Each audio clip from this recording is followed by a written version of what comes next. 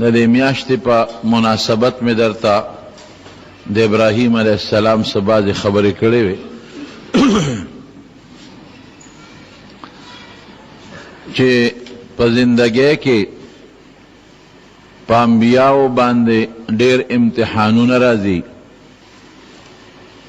او بیا خصوصا په حضرت ابراهیم علیه السلام یو څو غټ غټ آزمایشونه امتحانات راغلي دي.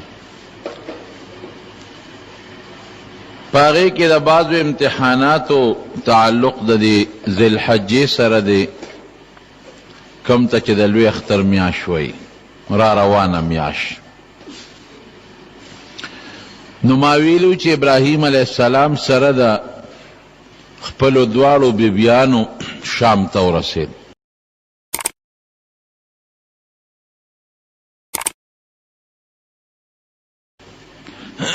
دې پورې مې خبره کړې وه.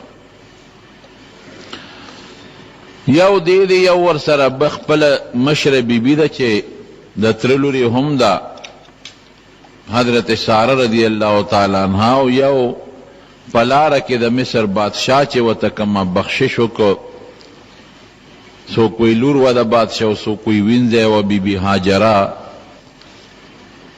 یو دا وه.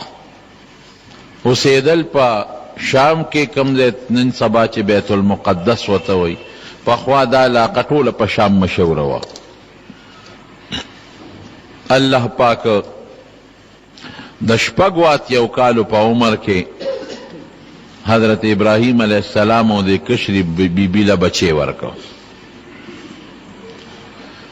عمر کې بعض علما سے اختلاف کوي، خو شپږ اتیا عمر عموما اکثر علما ذکر کوي. اسماعیل نومې وله کېښود. بعض علما وایي چې دا د عبراني او د عربۍ نه مرکب لفظ دی، چې الله ته به سوال کو نو وی اسماعیل په عبرانۍ کې الله ته وی اسمع، زما دا خبره قبوله کا، دا زوی راله راکه الله. رب هب لی من الصالحین، الله ما ته یو صالح بچی وبخا. نو چې دا به وی نو اسمع، اسمع معنا د ما دا خبره واوره، یعنی دا خبره د ما ومنه الله، قبول یې کا. ایل الله ته وی په عبرانۍ کې بچی الله ورکنو می ورته مغه اسماعیل کېښوده. ما ویلو چې عموما د دوو بنو منځ کې جګړې راځي. جګړې شروع شوې او بیا د دې بچی مو د مشرې بیبي بچیم نو هغې حضرت ابراهیم علیه السلام باندې شرط ولګو چې زه دا یو ځای نوسو. ابراهیم علیه السلام ډېر انتهایی صابر و. قرآن کې الله په خپله صفت کوي ان ابراهیم لأواه حلیم. الله تبا هر وقت آه کول، زاری بے کول، فریاد بے کول، ډیر انتہائی صابر دی. عقل من مانیم دا او صابر مانیم دا، او خیارم و صابرم. اس پا دعاو کے حیران دی چې خدای سوکم مشر بی بیم نشم لرکول زاننا، قربانی کړی دا. ما چې څنګه وطن پرې خود، دیم را سره وطن پرې خود، مور پلار دیم قربان کړل، وطن قربان کو. دا دومره لوی مزل د عراق نه شام پورې دا دی برداشت که ما سره دا هم نشم پرې خود. او کشر بیبي د عمر کم دی، بادشاه را بخلی دی او بچی دی ور سره، اوس خدایم نشم قربانولی، دا بس کوم. نو الله سره مشوره وکړله، الله حکم ورکړه، دا دویم امتحان شروع شو. یو هغه امتحانو چې اور کې وغورځولی شو، بل هغه امتحانو چې د مصر بادشاه په بیبي حمله وکړه. دا دریم امتحان دی، دا سخت امتحان دی. الله ورته حکم وکړه زه دا بچی دیم والا او دا کشر بیبیم زه درته یو ځای ښیم، دا لرې که یو بل نه، دومره یې لرې که چې د یو بل عوام پې نه لګي. ځان سره یو بتکي کې اوبه واغېښتې، یو تیلی کې خوراک ستوان کجوري واغېښتل، هر څه خوراک شو. او دا کشر بیبي او دا ماشوم بچی په اوښ باندې سواره کړل او روان شو. دا الله هدایت تی، پیغمبر ته الله هدایت کوي. یا علما سو کوئی چې جبریل علیہ السلام به ورته لارې ګودرې ښودلې. خیر پیغمبر ته وحی کېږي، دا سب لرې خبره نه ده. را روان دي د شام نه موجوده چې کوم دی بیت الله د مکه مکرمه دی ته راورسېدل. دا شاړ او دشت علاقه وه، اسم پینو. بخاری شریف کې راځي هیڅ نه څوک جواب کوونکی او نه اواز کوونکی، هیڅ څوک هم نو. آبادی په میلونو په سلګونو میل آبادي نشته، په سلګونو میله نه انسان شته، اوبه نشته چې یو ځای کې اوبه نه هلته به اوسېږي څوک څنګه، نه اوبه شته نه سړک شته نه لار شته، هېڅ هم نشته. سخت حالت دی. دا چې کوم ځای موجوده بیت الله دی، دې سره خوا کې یو اونه وه شاړه، هغه اونه چې په دې دشتو شاړو ځمکو کې زرغونېږي دغسې یو اونه وه. د الله په حکم باندې هغه خپله بیبي هغه بچې د هغه اونې لاندې کېنول. بلکې بعض علما وایي چې اوښ بل خوانه ته هم دقه ځای له راغی. دوی دا اوښه شړله و، هغه هم اقه ځای کې کېناسته نه تله. الله د طرف نه وحی وشوه چې همدغه دې ځای دی، او دا بچې دې هم دلته پرېږده او دا بیبي دې هم دلته پرېږده او دا خوراک ورته کېده، ته ځه خپل شام ته. دا ټیک ده چې د پیغمبر په الله پورا بروسه او اعتماد او یقینی، او د ابراهیم علیه السلام اعتماد یقین خو ډېر مضبوط و. الله قرآن کې فرمایي لقد آتینا ابراهیم رشده من قبل وکنا به عالمین. ماشوموالي کې دله ما هدایت ورکړی.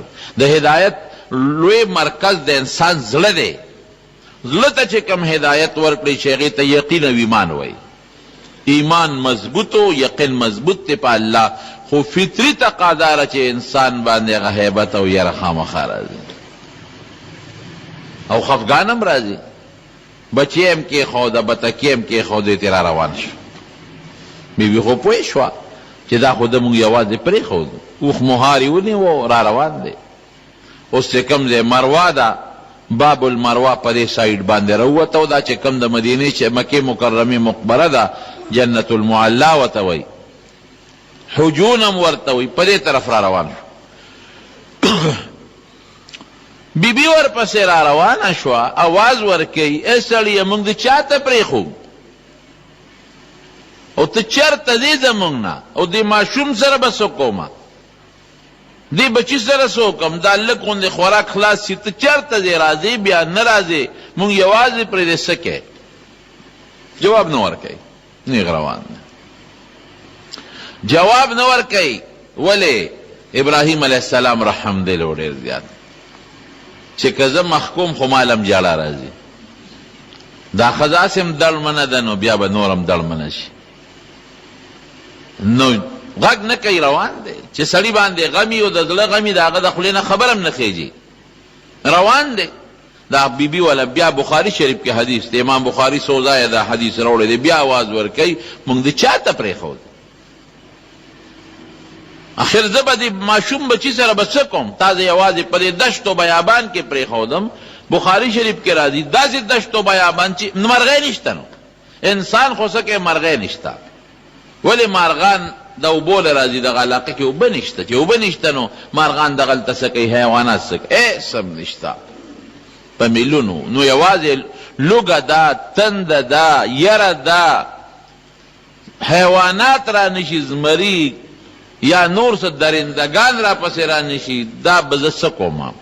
دې غږ نه کوي، بیا روان دی. هغې بیا ورمنډه کړې.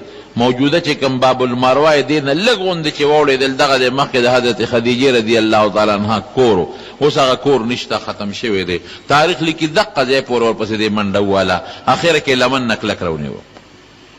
د شا د لمن نه. ای سړیه تا ته ویم که نه، زما خبره نه اورې، ته مونږ چا ته پرېږدې، او دا ته څه کوې مونږ سره، دا بچي سره څه وکړم، او ما سره څه کوې، عمر هم کم دی، او ماشوم دې دې سره به زه څه کوم، ته نه ګورې دې ته د علاقه کې څوک دي، رشته دار نشته، پردی خپل نشته، څه کوې، غږ نه کوي. اخره کې بیبي هوښیاره وایي الله امرکه، هغې ته خو پته و چې د خدای پیغمبر دی، او دې چې څه کار کوي د الله په حکم یې کوي. آیا الله درته حکم کړی دی؟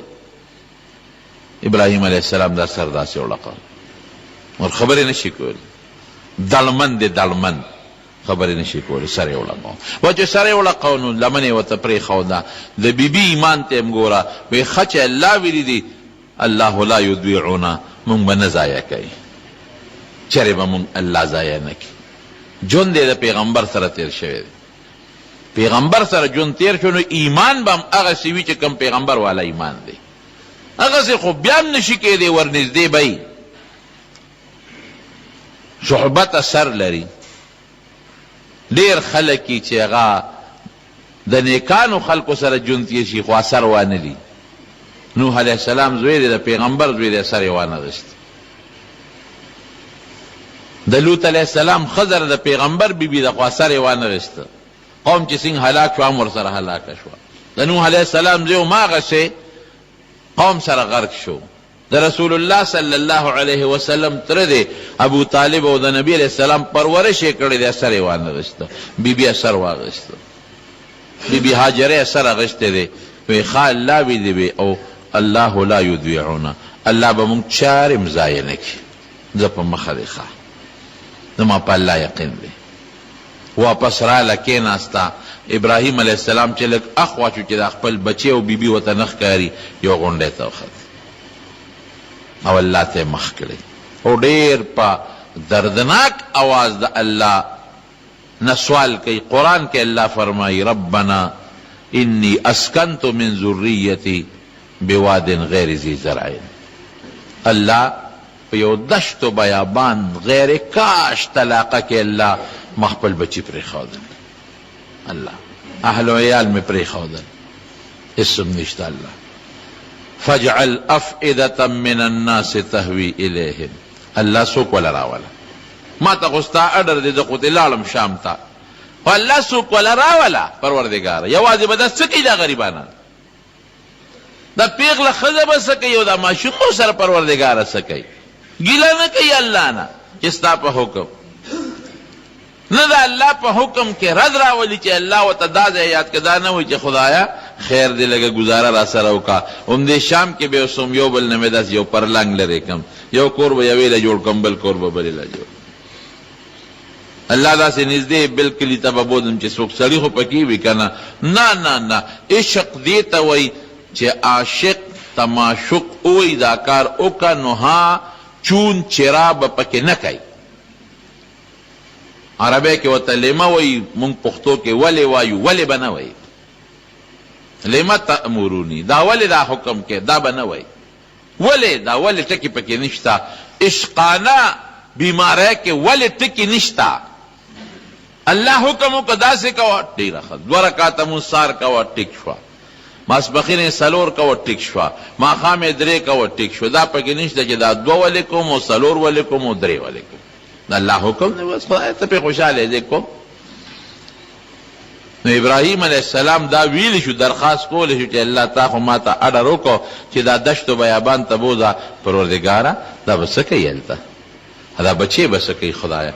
ما ته دا حکم بدل کوه، لږ نږدې ځای راته وښه چې هلته بوځم، چې زه خو له نږدې ځم راځم که نه. الله اډر ووایي ډېره ښه ده، راوسته. خو چې ځي روانېږي، تاسو خپله سوچ وکئ، پیغمبر دی، ایمان مضبوط دی، یقین کلک دی، لیکن هغه فطري تقاضا ده چې دې غریب به څومره دړمن رواني، د ده په دې زړه به څونه بوډا سپینګیري هم دی. بیا داسې هم نه ده چې ګنې ځوان زلمی دی زړه مضبوط دی. دغه وخت کې د ماشوم بچی دی 6 کالو کې شوی دی، ممکن د 7 کاله او 8 کاله عمر یې دی، بوډا سپینګیري خپې لاسونه لچېږي، سپینګیري هم دی. دې وخت کې ورته تاسو خپل اندازه ولګوئ چې ماشوم بچی ښځه په بیابان پرېږدي، دا هر څه یره کېدی شي او دې ته روانېږي چې څومره یره به یې په زړه کې او څونه ټینشن به یې او څونه پریشاني به یې چې خدای څه به کېږي. نو زر والا ګیله نه کوي د الله نه، ربي انی اسکنت من ذریتی بواد غیر ذی زرع. الله سله مې پرېښودل. خدای یو سوال ده نه کوم، دا نه وایي چې خدای ته حفاظت وکړه. عجیبه الفاظ وي، ربنا لیقیموا الصلاة. خدایا ته پې خپل عبادت وکړه، مونځ ته مایل کا، یعنې ستا عبادت وکړي. الله ورته ویلو چې دلته به یو کور جوړومه، الله چې هغه کور کې ستا عبادت وکړي. فاجعل افئدة من الناس تهوی الیهم. خدای څوک وله راوله. افئدة من الناس. علماوی دا من لفظ عجیبه لفظ دی، س خلق ولا راوله، س خلق که دا من نوی ویلی د دنیا خلق بطول دغل طبیعت لل. اوس ورشو ګوره فجعل افئدة من الناس، اغا وقت کې ایسو کم نو د مکې ښار دی، اوس ګوره څونه آباد دی، په میلیونو آباد ښار، او د دنیا خلق ور روان دی چې ځای نشته په مکه کې. جمعه ډک دی، لاندې چتونه دې خانې ډکې دي، نو ورپسې لومبې چت ډک دی، نو پسې دویم چت ډک دی، نو دریم چت ورپسې ډک دی، نو بار بانونه ډک دي، نو دې ورځو کې خلک په سړکونو باندې بار منځونه کوي. او یا لکه اتیا لکه خلک راغون شي، دا یوازې دې وخت کې نه په رمضان کې، او مخکې به د رمضان او د حج نه علاوه په نورو ورځو کې څه ګزاره کېده، خلک به کم وو. اوس هغه شی ختم شو. د ابراهیم علیه السلام دعا ده، او د کال په کال زیاتېږي، کال په کال. هغه زمانه کې لږ وو، بلکې زیات شو. د نبي علیه السلام زمانه کې هغې نه زیات شو، ورپسې هغې نه زیات شو، ورپسې هغې نه زیات شو، قیامته پورې روانه ده، سلسله روانه ده. فجعل افئدة من الناس، الله د خلقو زړونه د رامایل کې، خو من الناس د ټولو نه، د بعضو خلقو. من نوی راغلی نو بیا به وي څوک پاتې نو ټول بتلل. او بلکې زما ذهن کې یو ټکی راځي، فجعل افئدة من الناس، زړه ذکر راغلی دی، د وجود ذکر بیا هم نه دی راغلی. نو که څوک زینه خوړه بیا مایل دی، دار چاړه کې سوچ دا دی چې لاړی تهوی الیهم، خدای چې ولا ورځي.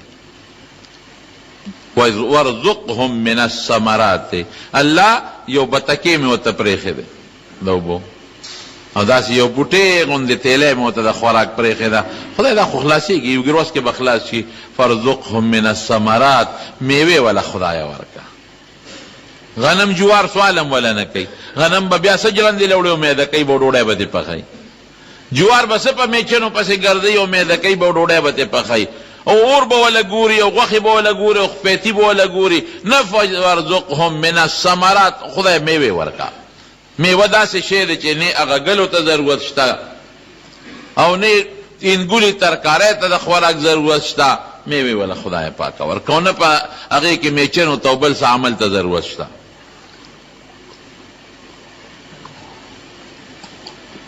وارزقهم من الثمرات، میوې ورکه. هغه دعا قبوله ده. نن راشه مکه مکرمه کې د دنیا میوه، په ټوله دنیا کې داسې میوه چې دنیا په ګوټ کې وي، هلته به موجود دی. منډی د مکې مکرمې ته لاړم، یو ملګري بوتلم چې مې وکتل، ما وی خدایه نو ابراهیم علیه السلام دعا قبوله. نو یو شی داسې څو قسمه کیلې دي، یو قسم نه دي، څو قسمه سیوان دي، نو څو قسمه انګور پراته دي. انځر داسې تازه دلته موږ په دې بانډو میارو کې چې د انځرو بوټي دي نه مونو، تازه په ډبو کې بند اعلی قسم تازه انځر پشم پې د پاسه پروت دی. انځران یو قسم نه، څو واړه واړه او غټ غټ انځران پراته دي، نو نشپاته پراته دي. د دنیا یو شی داسې شی نشته چې هلته کې نه. داسې میوه په هره زمانه کې سټرابري دی، او بل شی دی، او بل شی دی، او بل شی دی، او د مختلفو ملکونو، دا د امریکې میوه ده، او دا د چین میوه ده، او دا د پاکستان میوه ده، او دا د مصر ده، او دا د ترکیې نه راغلې د دنیا قسم قسم میوې. دعا قبوله ده. مونږ ته ګرانه ده، هغې ته بیا ارزانه هم ده. 15 روپۍ چې ورکړي دومره کاټن راوچت کړي. مونږ ته خو 15 روپۍ نه ډېرې جوړې شوې که نه، هغې ته خو 15 روپۍ دي. د 200-300 روپو میوه چې والي موټر یې هم نه شي وړی، دومره سامان پکې ځای شي. وارزقهم من الثمرات، خو څه دپاره الله لعلهم یشکرون. خدای یو ماده به پیدا کې چې کله میوه خوري او چک ته وایي چې ورسره وایي الحمدلله، چې ستا شکر ادا کوي. ناشکری له نه خدای پاک. که خبره د ما اولاد کې ناشکري وي چې میوه ورنه کې، میوه ورکه خو شکریې دپاره، دې دپاره چې زما د اولاد ستا شکریه ادا کړي. ضمناً دې خبرې ته اشاره شو چې خدای زما په دې بچو کې د شکریې ماده مو واچوه. دا دعا یې وکړله او روان شو. لاړ چې لاړ، بیبي هاجرې سره ماشوم بچی په غېږ کې دی، او پی وله ورکوي، اوبه خلاصې شوې، او چې کم خوراک و هم خلاص شو. نو د مور چې خوراک خلاص شي، نو په سینه کې پی ختم شي، پی ختم شي. په دې غریبې تنده راله، خو خپله خو برداشت کوي، بچی خو برداشت نشي کولی. اسماعیل ماشوم دی پایو ته واچو پی نشته جاړي وګیم دی او تګیم چې دا کم سیز نه یریدل هغه یاره غالبه شو. خدای اوس به څه کوي؟ بچی په ځمکه سملاو چغې وایي ماشوم اوړي راوړي ټوپونه وایي. مور داسې بچي ته زړه کم ځای نیوي شي او بیا دشتو بیابان کې ده چې څوکي خو فریاد به ورته وکړي. فریاد والا هم څوک نشته انسانانو کې نه چې نه وي. یاره ګورم دې مخامخ غونټۍ ته انسان خو دلته نشته که چرتې په لاره څوک ځي او مال یو ګوټو به خوراکي دی بچي ده او صفا غونډۍ ورته نږدې. نور غرونه دی خوا جبل هندي دی خوا جبل بي قبیس دی خو دا غټ غټ غرونه دی هغې ته ختل ګران دي او دا رکوټې غوندې غونډۍ ده ورسره خوا کې صفا هغې ته وخت.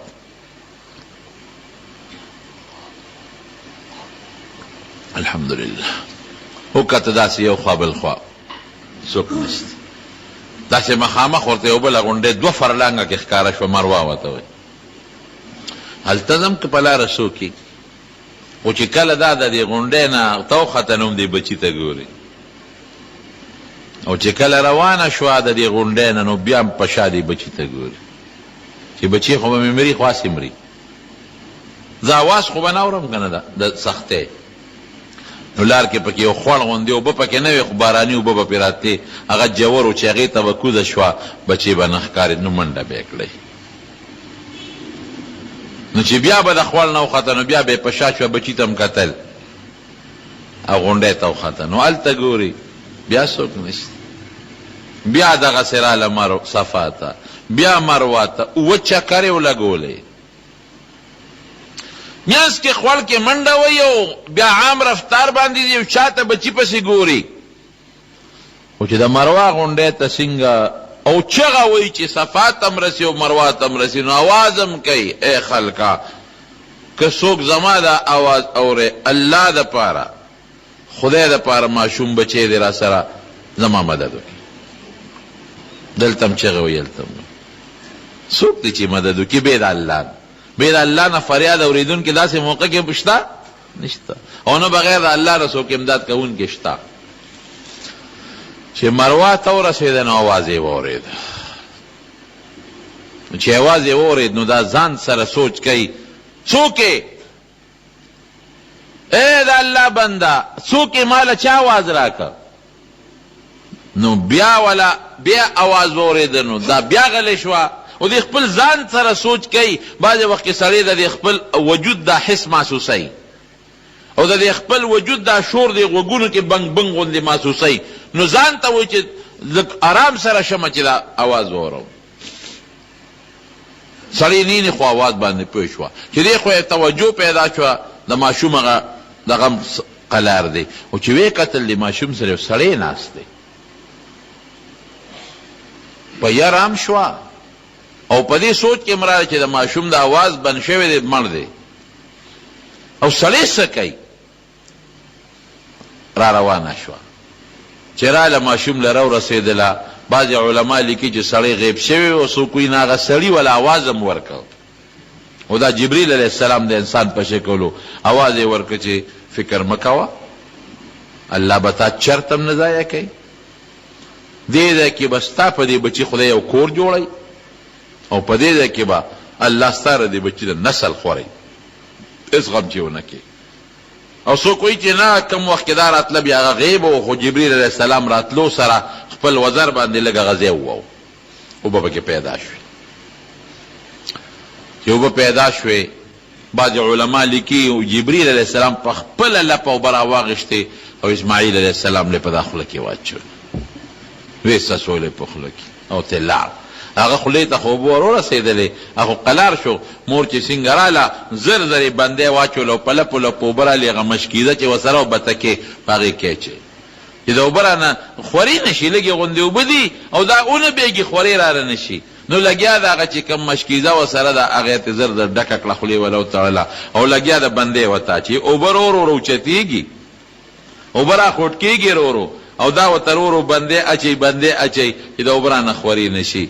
نبی کریم صلی اللہ علیہ وسلم فرمائے یرحم الله اسماعیل وی الله د اسماعیل په مور باندې رحم وکي که چرته دې اوبو ته بندې نه وي اچولې نو نن به د زمزم اوبه د دنیا ګوټ ګوټ پورې خلک سیراب کړي زمزم زمزمانه بند شه دا د زمزم اوبه د اسماعیل علیه السلام د خپو هغه اثر شو چې هغه وخت پیټه کولې او د جبریل علیه السلام د وزر اثر شو او داسې برکتي اوبه الله پیدا کړې چې نبی علیہ السلام مبارک فرمائی الزمزم لما شرب له وی چې کم مقصد لزمزم چا اوس کلی الله به هغه مقصد ول پورا کوي او یو بل حدیث کې راځي چې بے د مرګ نه علاوه د هر بیماری علاج دی د زمزم اوبه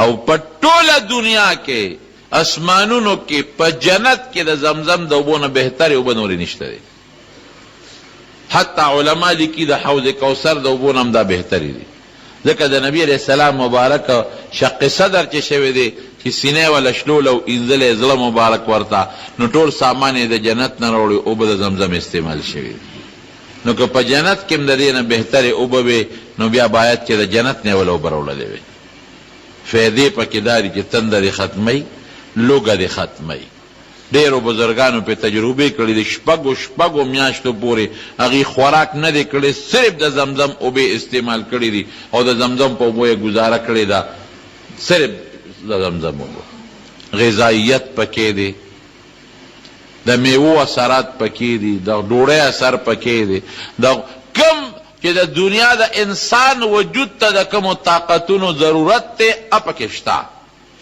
د زمزم په اوبو کې او رو روانی دي نو داسې خاصیتونه د زمزم په اوبو کې نه پکې شګه راځي نه پکې خله راځي نه څښا کېږي په دې باندې یو ځل په اخبار کې سوال راغلی و هغه سوال چې ته بارملکي اخبار کې بیا زموږ د اخباراتو دې نقل کړی چې د زمزم اوبو کې یو دا دی چې دا چینه اوچیږي نه د اوبه اوچیږي نه دویم دا دی چې دې کې شګه خړه نه راځي دریم دا دی چې دا ټول عمر هم پرتې وي نو دا څښا کېږي نه دا ولې څه چل دی پکې اوبو کې د نورو کې چې لاس ووی که لاس دې نه میوالې څه موده پس د اوبه دلته لوښي کې واچوه نو څښا به شي بوی به شروع کړي او دا خلک راوړي په ټپکو کې ګوتې هم پکې ووایي لاس هم پکې ووایي هغه ټپکې انزلې هم نه وي او شل او دېرش کاله پرتې وي نه څښا کېږي زموږ مولوي صاحب د الله تعالی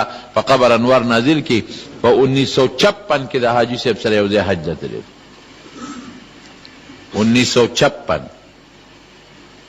او د هغه ځان سره په هغه زمانه کې اوبه راوړې وې هغه زمانه کې ځان سره اوبه راوړې وې زمزم او زموږ یو رشته دارو هغې کره یو زمزمې پرته و د ټیم اوس په پلاسټک وي او مخکې به د ټیم داسې لوښي به هغې کې وه نو یو رشته دار وفات شوی و نو هغې له هغه اوبه د زمزم راواغېشتې نو چې ما هغې باندې م واچولې او باقي مو لوښي کې واچولې صرف د ټیم خوند پکې و د ټیم خوند باقي هغه اوبه وې چې څنګه تازه د زمزم اوبې چېرته 1956 او چېرته اوسني حالت ته ګوره څښا کېدو والا نه دي هر وخت په موټر لګېدلی دی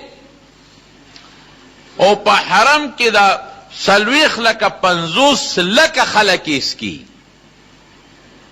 نورې اوبه نه سکي همدا سکي او نبی علیہ السلام مبارک فرمایي چې کله سکې نو دونه ډېرې اوسکئ چې پختې هم پرې راوپړسېږي دا هم پکې نشته چې لږ اسکه ګورې یو کوې دی نه ډېر اسکه نو خلک یې د شفا په نیت سکي نو که اوبو ته حاجت ني بیا هم سکي سعودي حکومت ګیلاسونه ورسره د پلاسټک ایښودي او کولر دی او یخې بیلې دي او تازه بیلې دي او صاحب انخطي ورته دا خلک په یو ګیلاس نه تږې نیمه خو د برکت دپاره اسکم تږې نیم خو د حاجي صاحب داسې ده که نه تږې نیم خو برکت دپاره اسکم تږې نه دی خو سکي پیغمبر مبارک فرمایي ورسکا تږې به نه خو سکا چې جومات ته راځي سکه وي طواف وکړې بیا سکه ور ترغیبات ورکوي د سکلو او جناب دا لکونه خلق دي مدینه منوره ته روان دي په مدینه منوره جمعه د زمزم د اوبو ډک دی په جده کې په جوماتونو کې زمزم اوبه پرتې دي، په مدینه منوره کې مې په نورو جوماتونو کې زمزم اوبه لیدلې دي. او دا څومره حاجیان چې راځي دا په لکونو حاجیان ځان سره یو دوه ټپکې را په اوږه کړي، پاکستان ته بنګلادیش ته امریکې ته کابل ته یو خابل خو یې وړي، دا اوبه ختمې نه شوې نه پکې خړه راله. دا دومره اوبه دي. یو ځل زنځېدلې دي صرف د حضرت عمر فاروق رضی الله عنه زمانه کې یو د دریاب اوبه نورې راوړي د اودسونو دپاره.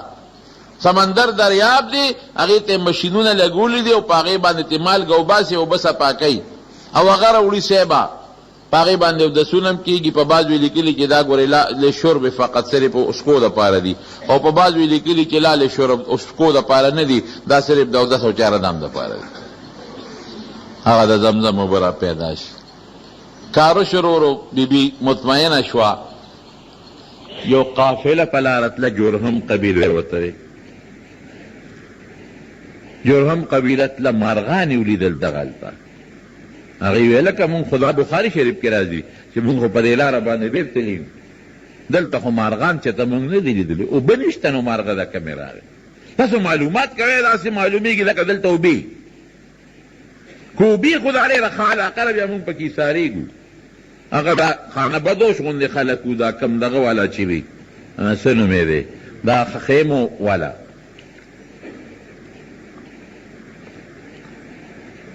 خانه بدوش خلک هغه کسان تلل دقه دي چې د موجوده چې کوم ځای کې بیبي هاجره ناسته ده اونې لاندې اوبه دي ورسره چینه او دا بیت الله و خو دا روان شوی و، سیلاب براته یو خوا بل خوا دا روان شو، داسې یو غونډی باندې بیت الله مبارک اثرات. هغې ته تپوس وکړه دا هو ته څوک یې؟ وي دغسې زه فلان کې یم، ځان یې ورته درښولې، زما خاوند پیغمبر ما له کله کله راځي. اوبه څنګه دي؟ وي بس دا ما له خدای را کړي دي، ټوله قصه یې ورته کړې ده. هغه تللی دی، هغه خپل قافلې والا ته هغې استاد و ال ولې د هغې راغلي دي چې راغلي دي، وي که ستا خوښه وي مونږ به در سره دیره شو. وی بالکل دیره شي، پې خوشحاله شو، شکر دی چې ما له خدای څوک راولي. خو ګورې یو خبره ده چې کوي به اوبه تسکی خو زما به وي. هغې غریبې ته خو پته وه چې زما د ژوند خو ذریعه دا ده، اوبه به زما وي، تاسو له به در کوم، خو ګورې دا به ملک به زما وي، دوی کې به ستاسو قبضه بني. هغې وی بالکل ټیک ده، خو مونږ خو به تې اوبه څو که نه وي. او الله هغې له په زړه کې چې اسماعیل علیه السلام ماشوم ته وکتل، هغې په زړه کې خدای پاک هغه سره مینه پیدا کړه. اوس الله کې هغه اصل عربو هلته تېره شو. ابراهیم علیه السلام به کله کله راته بخاري شریف کې راځي، د دې خپلې بیبي او د دې خپل ماشوم خبر به یې اخېست او ځان سره به څه معمولي شی م راوړلی ته به یې ورته پرېښوده. او چې ویم کتل چې زما بیبي ته او ماشوم ته خو رب العالمین د اوبو انتظام کړی نو مطمئن یم چې سره زوی راځي. ماشوم ورو ورو لویږي لویږي لویږي. قرآن شریف کې الله فرمایي فلما بلغ معه السعی، بل امتحان اوس شروع شو. د انبیاو زندگی د امتحانونو ده. قال یا بنی انی ارا فی المنام انی اذبحک فانظر ماذا ترى. چې کله د منډو ترړو شو، بعض علما 12 لیکي، څوک 14 کاله یادي، اکثر علما 14 کاله یادي. خو عربي الفاظ دا دي لما بلغ معه السعی، معه لفظ دی، یو دا دی بلغ السعی، ماشوم اسې منډې وایي، نه معه پلار سره د تلو راتلو قابل شو، پلار سره یې منډې تللې والې. علماو یې عموما دا د 12 کال 14 کال. ابراهیم علیه السلام د دې ذوالحجې راتلونکې میاشتې چې څو ورځې پس به راوخېږي، دې میاشتې په 8مه شپې خوب ولید. خوب کې ورته الله دا حکم کوي چې دا بچی حلال کړه. الله اکبر. سخت نه سخت امتحان شروع شي. نو چې دې د خوب راویښ شو، دا 8مه د لوی اختر نه میاشتې 8مه ده، دې ته یوم الترویه وایي. نو بعض علما وایي وی ترویه سوچ کول او فکر کولو ته وایي. دې په دې سوچ فکر کړو چې دا خوب مې څنګه دی، دا خبره غلطه ده. د پیغمبر خوب وحی دی. الله چې پیغمبر ته وحی راولېږي نو په هغه پې پټه نه ساتي، په هغې یې پویی خبری یې. دا معنا غلطه ده چې سوچ یې کو چې دا خوب د خدای را طرف نه دی او که د شیطان د طرف نه. پیغمبر ته شیطاني خوب نه کېږي، د الله را طرف نه وي. او چې د دې خوب څه مطلب دی، نه په مطلب هم پیو. ترویه ورته ولې وایي؟ یا خدا چې سوچ او فکر کې چې دا زوی به څنګه حلالوم، اډر د زوی دی څنګه به حلالوم، په کومه طریقه به حلالوم، څه به کېږي څه به نه کېږي. خو راجح قول بیا دا نه دی، دا دی چې دا ترویه اوښانو سیرابولو ته وایي. دا چې په دغه ورځ باندې خلک مینا و عرفات ته ځي، نو په دې اتم اوښان سیراب کړي، بیا په عرفات او مینا کې اوبه نه میلاویږي. په دا نهمه شپه باندې بیا خوب ولیده، او دا لسمه ورځ باندې بیا خوب ولیده. په شپه باندې خوب یې ولید، عمل پې کوي، خو سوچ فکر کوي چې دا څه طریقه به کوم، زوی به څنګه حلالوم. اوس ماشوم زوی وي نو زه به حلال کړم، خو د 14 کالو ماش هلک دی، مور سره به یې څه کومه، او دا به د حلالولو طریقه به څنګه یي. خدای پاکه بیا دا نه وایي چې الله دا حکم بدل کا. ور عاشق دی، دا نه وایي چې خدای دا خو سخت حکم دی الله دا بدل کا. مونږ باندې لږ تکلیف راشي ټینګېرې ورته نه شو، مونږ بیا د خدای نظاره شروع کو، په کار هم دا ده چې داسې وکړو. مونږ هغه صلاحیت نه لرو کوم چې هغې کې صلاحیتونه دي. راغې اوس دوی سره مشوره کوي، بچې دلته خو راشه ځان لشه، ځان لیکه د مور نه. یا بنی انی ارا فی المنام انی اذبحک، بچې خوب وینم چې د تا حلالوم. نو فانظر ماذا ترى، څه سوچو که څه دې خیال دی. نو دلته زمونږ د طالبان بیا سوال کوي چې د پیغمبر خوب وحی وي او الله ورته ووایي چې حلال که، نو دوی سره مشوره بیا ولې کوي؟ وی مشوره دی له نه کوله چې زوی تیاریږي نو حلالوم، او که تیار نه شو نه حلالوم. مشوره دی دپاره کوي چې زوی مې په رضا آماده کېږي او که په زور. که په رضا آماده کېږي د حلالولو جدا طریقه ده، او که په رضا نه کېږي د زور خبرې، نو بیا به ولې څه بل څه به خوب کې به کوم، یا په زور به راځي څه چل به کوم. او بل دا دې ورته پته وه چې زما زوی دی، د دې به زما د حکم او د الله د حکم تعمیل به کوي. فرشتو ته ښایي دا خبره چې په زور مې ګورې نه دی حلال کړی، زوی مې هم تیار دی. بچې ورته څه وایي؟ دا ورته چې بابا خدای نه سوال وکړه ما مرګ نه بچ کي، دا ما ولې حلالوي؟ دا نه وایي. او ورته څه وایي؟ یا ابت افعل ما تؤمر، بابا چې د خدای طرف نه څه حکم درته کېږي فوراً عمل کوه. او که حلالول ډېر ګران دي، خو ستجدوني ان شاء الله من الصابرین، ته به ما د صابرانو نه ومونې. زه به ډېر صبر کوم، زه به صبر کوم ان شاء الله. ښه بچې داسې کوه، مور ته دې غږ مه کوه، او رسۍ م راواله او چاړه م چاړه خو ده راواغېسته، خو رسۍ راواله. ځنګل ته ځو، کور مور ته وایي دا ځنګل ته ځو، بابا سره ځنګل ته ځم، رسۍ م راکو، چاړه م راواغېست، روان شو. دومره لرې لاړ شو چې دا اواز د مور وونري، دومره لرې به ځو. او دومره لرې لاړ شو چې هغه هوا دې په دې مور را نشي. نو مینا اوس خو غر کې سورنګ دی، نو لاره اسانه شوې ده، مخکې خو سورنګ نو 3.5 کیلومیټره نه زیات مزل دی. چې اوس دوی څنګه لاړل، دلته کې شیطان راغی. شیطان خو کوشش کوي رکاوټ اچوي. بی بی هاجرې له راغی، چې ته خبرې چې دا زوی درته کوم خوا بوته؟ وی نه. وی چېرته یې بوته؟ وی پړې یوړه او چاړه ماړې یوړله، او سخکار به کوي، او یا به ځنګل نه خشاک مشاک به راوړي که نه. وی دا زوی د لالالی.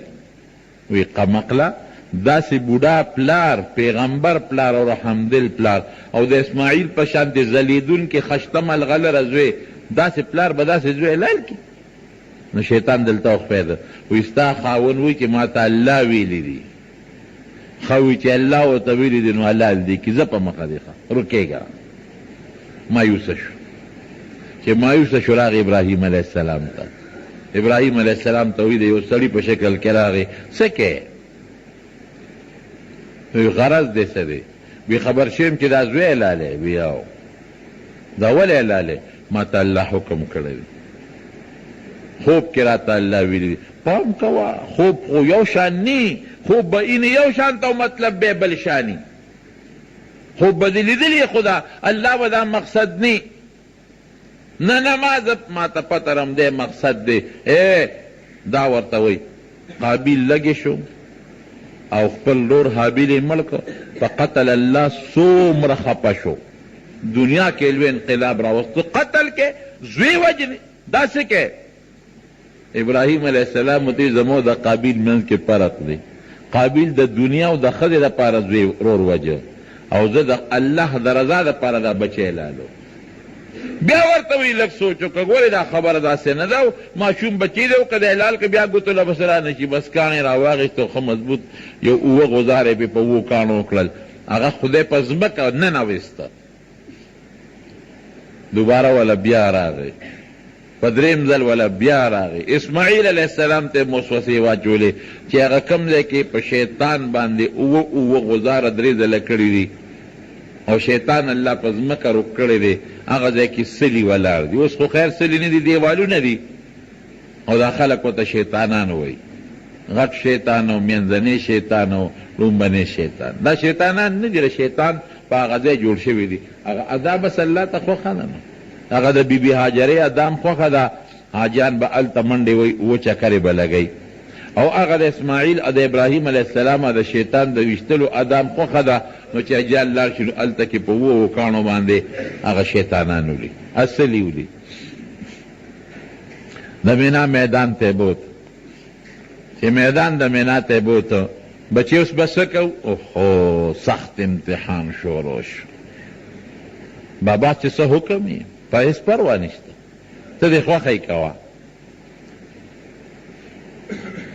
بابا یو څو وصیتونه مې واوره باقي ستا خوښه ده یو وصیت مې دا دی چې چاله راته ښه تېره کړه هسې نه ته بوډا یې لاس دې وړقي د خدای په حکم کې ناراستی را نشي نمبر 1 دویم به دا چل کې چې زر به چاله راکاږي سوچ به نه کې د الله حکم دی مونږ د خدای یو هېڅ فکر مه کوه د خدای په نوم قربانېږم پروا مې نشته او دریم به دی چې د الله سپې راله مه تړه ته به ما له د الله سپې وتړې زما په خوښه خو سبا به د الله فرشتې وي چې دی جوړ په زوره لال کړی دی دا حکم بیا بدلی وی ښه بابا دا حکم بدلومه وی ځکه چې دې وخت کې خو زه لاس پې نه لقوم خو هسې نه چې مری مې زخمي شي او زه بې اختیاره شم او لاس پې لقوم نو بیا به د الله په حکم کې ناراستی به راشي وتړه لاس پې مې کلک وتړه او بل به دا وکې چې دا کمیس په ما نه وباسئ مخکې نه وباسه دا کمیس درته وباسم او چې ما کله حلالی دا مخ په مې لاندې کې ګورې بابا ولې دا زما یقین دی ته په ما ډېر رحم دی که زما ستا سترګې سره یو بل سره مخامخ شوې نو ته ما نشې لالولی او کمیس چې وباسې او کله زه بیا اوس وباسه وروستو چې وباسې دا به شلیږي نو مور به مې وایي چې په زور یې زما زوی وجلی دی اوس وباسه چې دا کمیس مې روغ مور له یو سې نه به وایي چې په خپله رضا یې وجلی دی او زما مور ته به زما سلام ووایي اسماعیل پتا سلام وای او ما ستا نه بغیر حلال ځکه که چې ستا د ښځو فریاد زیاتي ستا د فریاد د وجې نه او زما دا کمیس به زما وینه کې لون کې زما مور ته به زما سلام وکړي چې دا د اسماعیل وینه ده چې یادېږي دا وینه بویم او په دې تسلي کوه یو کتاب مې کته ډېر عجیبه نقطه یې لیکلې وایي چې دا ټولې خبرې وکړې نو حضرت ابراهیم علیه السلام دا خپل بچی روچت او په تندي والاخیري ښکل اخیري په تندي ښکل که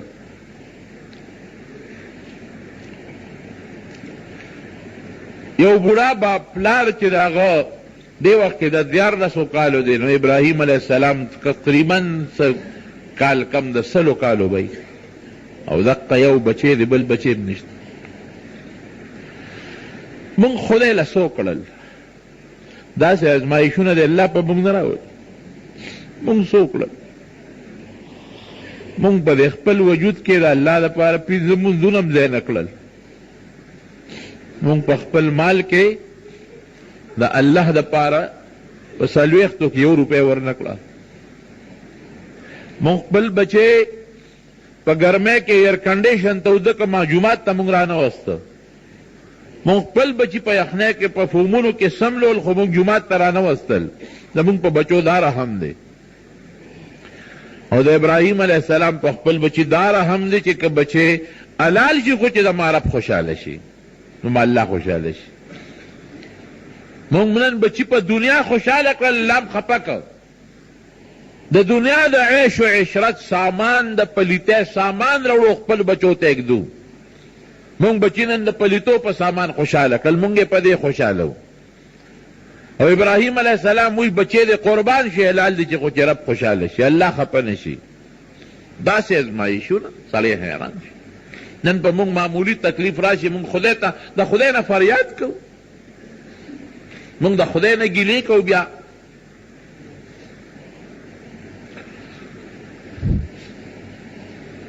او دې خشتم ډېر زیات دی اسماعیل علیه السلام، خوبصورت هم زیات دی. او د یو کم سلو کالو پلار لاسونه رپیږي، بوډام دی.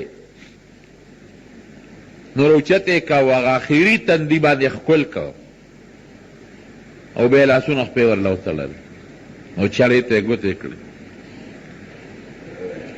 چې ته چړې ته یې ګوتې کړې، الله په اسمان کې فرشتو چغې جوړې کړې.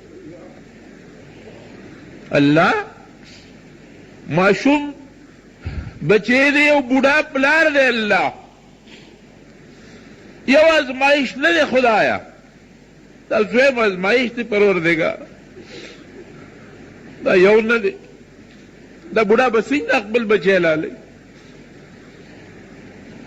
چغې کړې فرشتو، په چغو بر اسمانونو کې فرشتې چغې وی الله دا خدای رحم پې وکړه. دا بوډا به پلار بچی څنګه لالی الله؟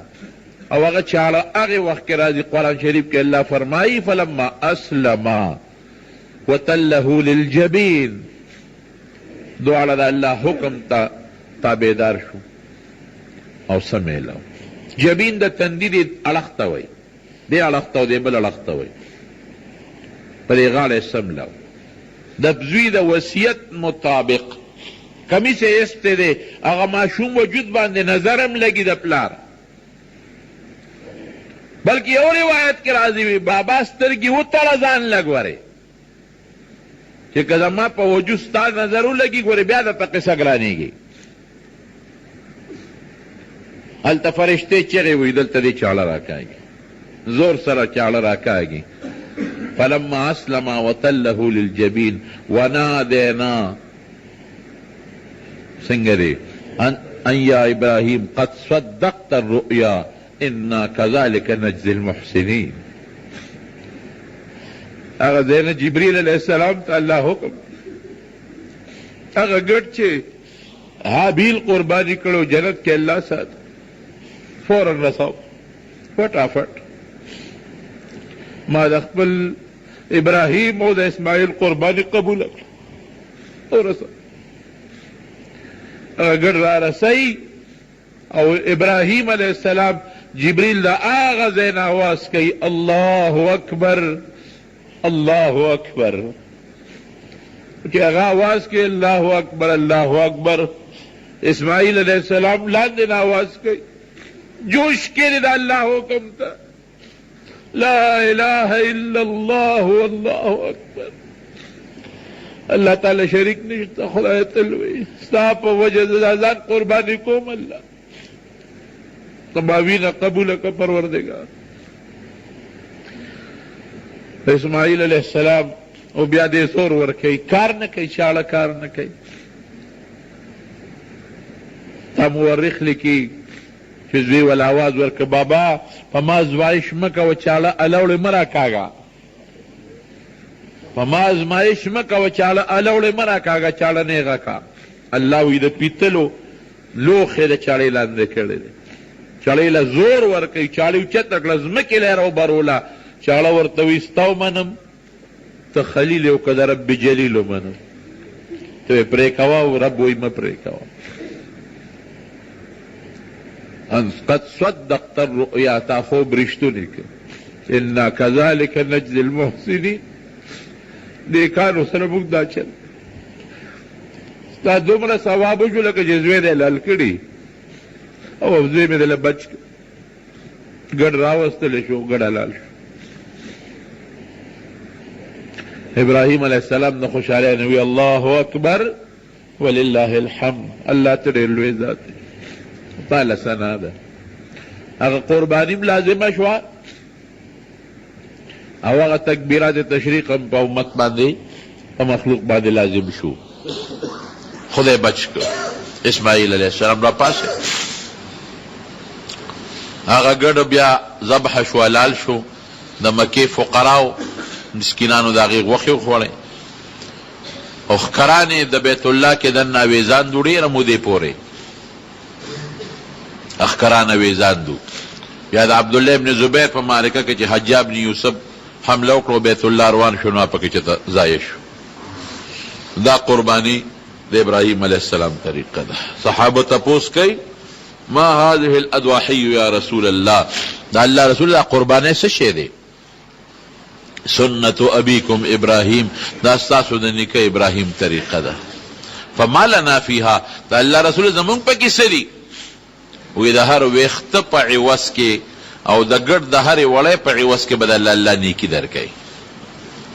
او نبی علیہ السلام فرمایي په دغې ورځو کې د قربانۍ نه بهترین عمل د خدای په نزد بل نشته دی. او نبی علیہ السلام فرمایي کم څاروي چې د الله په نوم په دې ورځ خیرات شو او قربانی شو، دا به سره د ښکرو، سره د سوټو او سره د دې ویښتو د الله په دربار کې قبلیږي. دا به الله تلی. ابراهیم علیه السلام زوی قربانی مونږ بس مونږ سره پیسې شته ډېرو خلکو سره بیا هم قربانۍ نه کوي. نو قرباني په هغه چا چې زکات پې فرض وي. د زکات نصاب مې درته مخکې ویلو. زکات د پاره مال نامی شرط دی او د قربانۍ د پاره نامی مال شرط نه دی. څه مطلب؟ که یو سړي سره تجارت مال نی کنه او دس دوه کوره دي، یو کور کې دی اوسېږي او بل کور یې د ضرورت نه زیات دی او د هغې کور قیمت تقریبا 80,000 غالبا بنن نصابي. څوک 50,000 ماته چا یاد کړه، چا 80 یاد کړه. خیر 2.50 نیمې تولې سپین زر معلوماتو کې تاسو تقریبا 80,000 جوړېږي. دا هغه دویم کور د ده د ضرورت نه زیاتي دی، قیمت په 80,000 ته رسېږي، قرباني به کوي. یا نغدې پیسې ورسره 80,000 دي، یا یو ښځه ده که کالې ورسره د 9 تولو نه کمې خو قرباني پې نشته، خو که کالې ورسره 1 توله دی او نغدې پیسې ورسره دي نو بیا به دا کالې قیمت کوي، هغه نغدو پیسو سره به یې جمع کوي چې 80,000 ته ورسېږي نو قرباني به کوي. یا د ضرورت نه زیات سامان یې ورسره دې ښځې سره نو بیا به هم هغه ضرورت نه زیات سامان هم قیمت کي او کالې به هم قیمت کي 80,000 ته ورسېږي نو قرباني به کوي. یا یو سړي سره د ضرورت نه زیات سامان دی د حاجت اصلي نه علاوه، لکه یو ټوپک یې مثلا ادره 100 د پاره پوره دی، د سره دویم ټوپک دی د هغې قیمت چې یو ځای کې 80,000 نه اوړي 80 ته رسي نو بیا به دې هم قرباني کوي. یا د یو سړي دومره ځمکه ده چې ادنا ګزاره پې کېږي، نغدې ورسره نشته، خو دومره ځمکه ده چې د دوره د بچو پې معمولي ګزاره کېږي، معمولي، دې به هم قرباني کوي.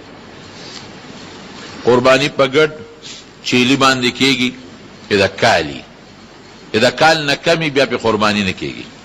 البته علما لیکي هغه ګډه چې لمور وي، لمور او په شکل د کال ښکاري نو هغه د 6 میاشتو چې نو په هغه هم قرباني کېږي. په بېلمه ګډ نه، لمور خو چې سروبي په شکل د کال ښکاري په 6 میاشتې هم کېږي او په چیلي چیلی چې د کال نه کمې قرباني نه کېږي. دارنګې بېلمه ګډ یا چېرته سورب نی چې د کال نه کمې قرباني پې نه کېږي. غوا، سنډه، میخه، غویې د 2 کالو ته چې ورسېږي نو قرباني پې کېږي. که د 2 کالو نه کمې نو قرباني پې نه کېږي. 2 کالو ته ورسېږي که غاښې کړي او که نه کړی. بعضې څاروي وي غاښې کړي او بعضې نه کړي، عمر ته بیا ګورې چې عمر د 2 کالو وي نو قرباني پې کېږي. ګډ یا ګډه کې چیلی چیلي کې صرف د یو کس قرباني کېږي او په دې غټو څاروو کې چې غوا میخه ده په هغې کې د 7 پورې کسان شریکېدی شي. خو دا چې کم کسان شریکه قرباني کوي د دې ټولو نیت به دی چې د الله دپاره دا قرباني کو. که دې 7 کسو کې د یو قسم د غوښې نیت وکړو نو د دې ټولو قربانیونه شوه. ګورئ دا یاد ساتئ. بل قربانۍ کې هغه کسان ځان سره شریک کې چې حلال خواري، که په دې اوو کسو کې یو قسم حرام خور د پیسې حرامي د ټولو نه شوه. ګورئ حرام خور به پکې نه راولئ، چې کم پیسې حلال یې هغه ځان سره شریک کې. هغه غوا میخه چې د هغې لکې نیمه پرې شوي قرباني پې نه کېږي، غوږې نیم پرې شوي قرباني پې نه کېږي، غاښونه یې د نیمې نه زیات یا نیم اوتي قرباني پې نه کېږي، ټول غاښونه یې نشته. نو که ګیه سمه خوړې شورې مضبوطې وي نو خیر د قرباني پې کېږي، او که نه شوه خوړې سمه ګیه بیا پې نه کېږي. یوه سترګې ړنده ده یا دواړه ړندې دي بیا هم پې قرباني نه کېږي. دارنګې ښکرې مات دی د نیمې نه زیات بیا هم پې قرباني نه کېږي. که پیدایشي ښکرونه نشته نو قرباني پې خیر دې کېږي. پخپه ګوټ دی نو که رسېدی شو هغه میدان ته پاسانه نو قرباني پې کېږي، او که نه هغه د ذبح میدان ته پاسانه نه شو رسېدی بیا پې قرباني نه کېږي. عیبجن څاروي باندې قرباني مه کوئ، روغ او خشته ښکلې څاروی والئ. کم څاروی دې واغېشته او هغه کې پی دي، بعضې خلک وایي څاروی مغشتې پی کوي، پی به ترې نه اخلئ. او که دا دردېږي نو په دې غولانځ ولې یخې اوبه واچوه، هغې سره دل ختمېږي. او که بیا هم چغې وي او تنګې ته پی ترې ولشه واپس یې ورته ګیا کې واچوه په هغې یې وخوره، خو ته به پی په استعمال کې نه راولې د څاروي. بیا چې حلالی نو چې کوم دی د اختر مونځ کېږي لکه کلي کې د اختر د مانځه نه مخکې حلالول به نه کوې، د اختر د مانځه نه پس به حلالول کوې.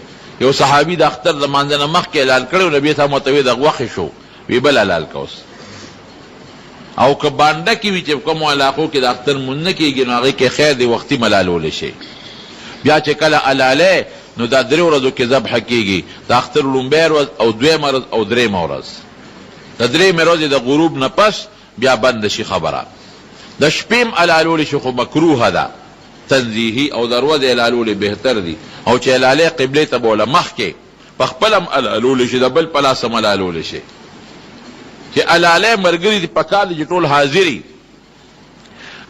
او چې حلالی قبلې ته وله مخکه وتړه، چاړه مخکې تېره که چاړه به د څاروي مخکې نه تېری. ګورئ دا هم ګناه ده، چاړه نه به څاروي نه بغیر به چاړه تېری چې هغې نینی.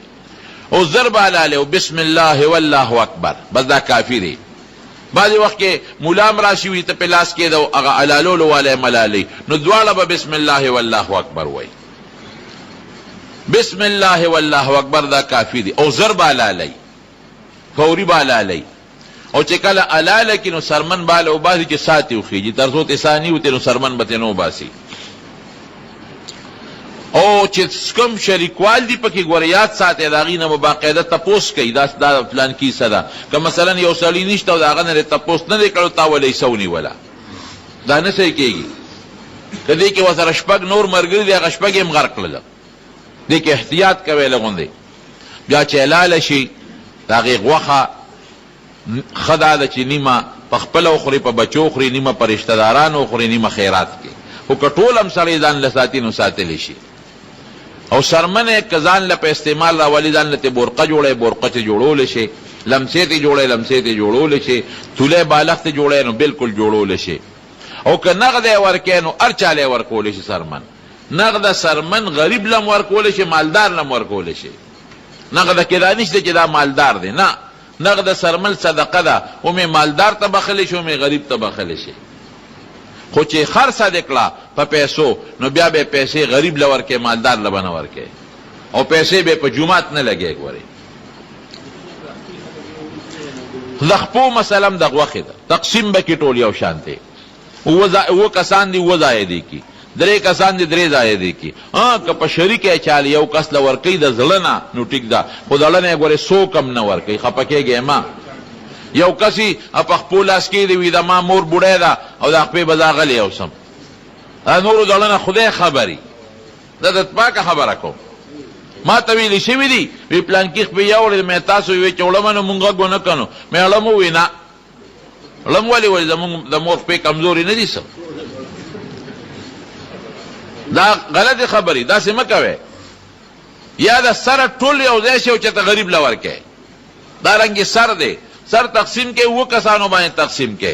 یو کس مازغه یوړل نو بل په غاښونو څه کوي، جب و مازغه یوړل او دا غاښونه تقسیم کې غاښونه څه کوي خوله کې خو هم نه لګي نو ولایت تقسیم کا او کته وای چې تقسیم خو نه کېږي لانجه پې جوړېږي نو چا غریب له ورکړه غونډه سره یې ورکړه دې طریقه ده تر دې حده پورې چې کم پړی دی او کم د هغې هغه مزي دي اب هم خیرات کوي قصاب چې د قصابي کوي نو د هغه له به سرمن ګورې په مزدورۍ کې نه ورکوي هغه له مزدوري د جیبه ورکه سرمن ده او که هغه د نه قصاب په بیه اخلي خرڅه که پې که په هغې خرڅی په قصابو که په بل چا خرڅی نو خرڅه کولی شي خو په مزدورۍ کې به وله نه ورکوي ځکه دا سرمن د مزدورۍ دپاره نه ده دا خیرات تا ټوله خیرات شوې ده نو دا یو څو خبرې مې درته عرض کړلې تکبیرات تشریق د عرفې په ورځ شروع کېږي عرفې په ورځ دېرشتو مونځونو پسې عرفې ورځ د اختر لومبۍ ورځ د اختر دویمه ورځ د اختر درېیمه ورځ او د اختر په څلورمه ورځ د مازدیګر مانځه پورې ختمېږي الله اکبر الله اکبر لا اله الا الله والله اکبر الله اکبر ولله الحمد دا تکبیرات به وایې ښځه به هم وایي سړي به هم وایي ښځه به پټ وایي سړی یو ځل په زوره ویل واجب دي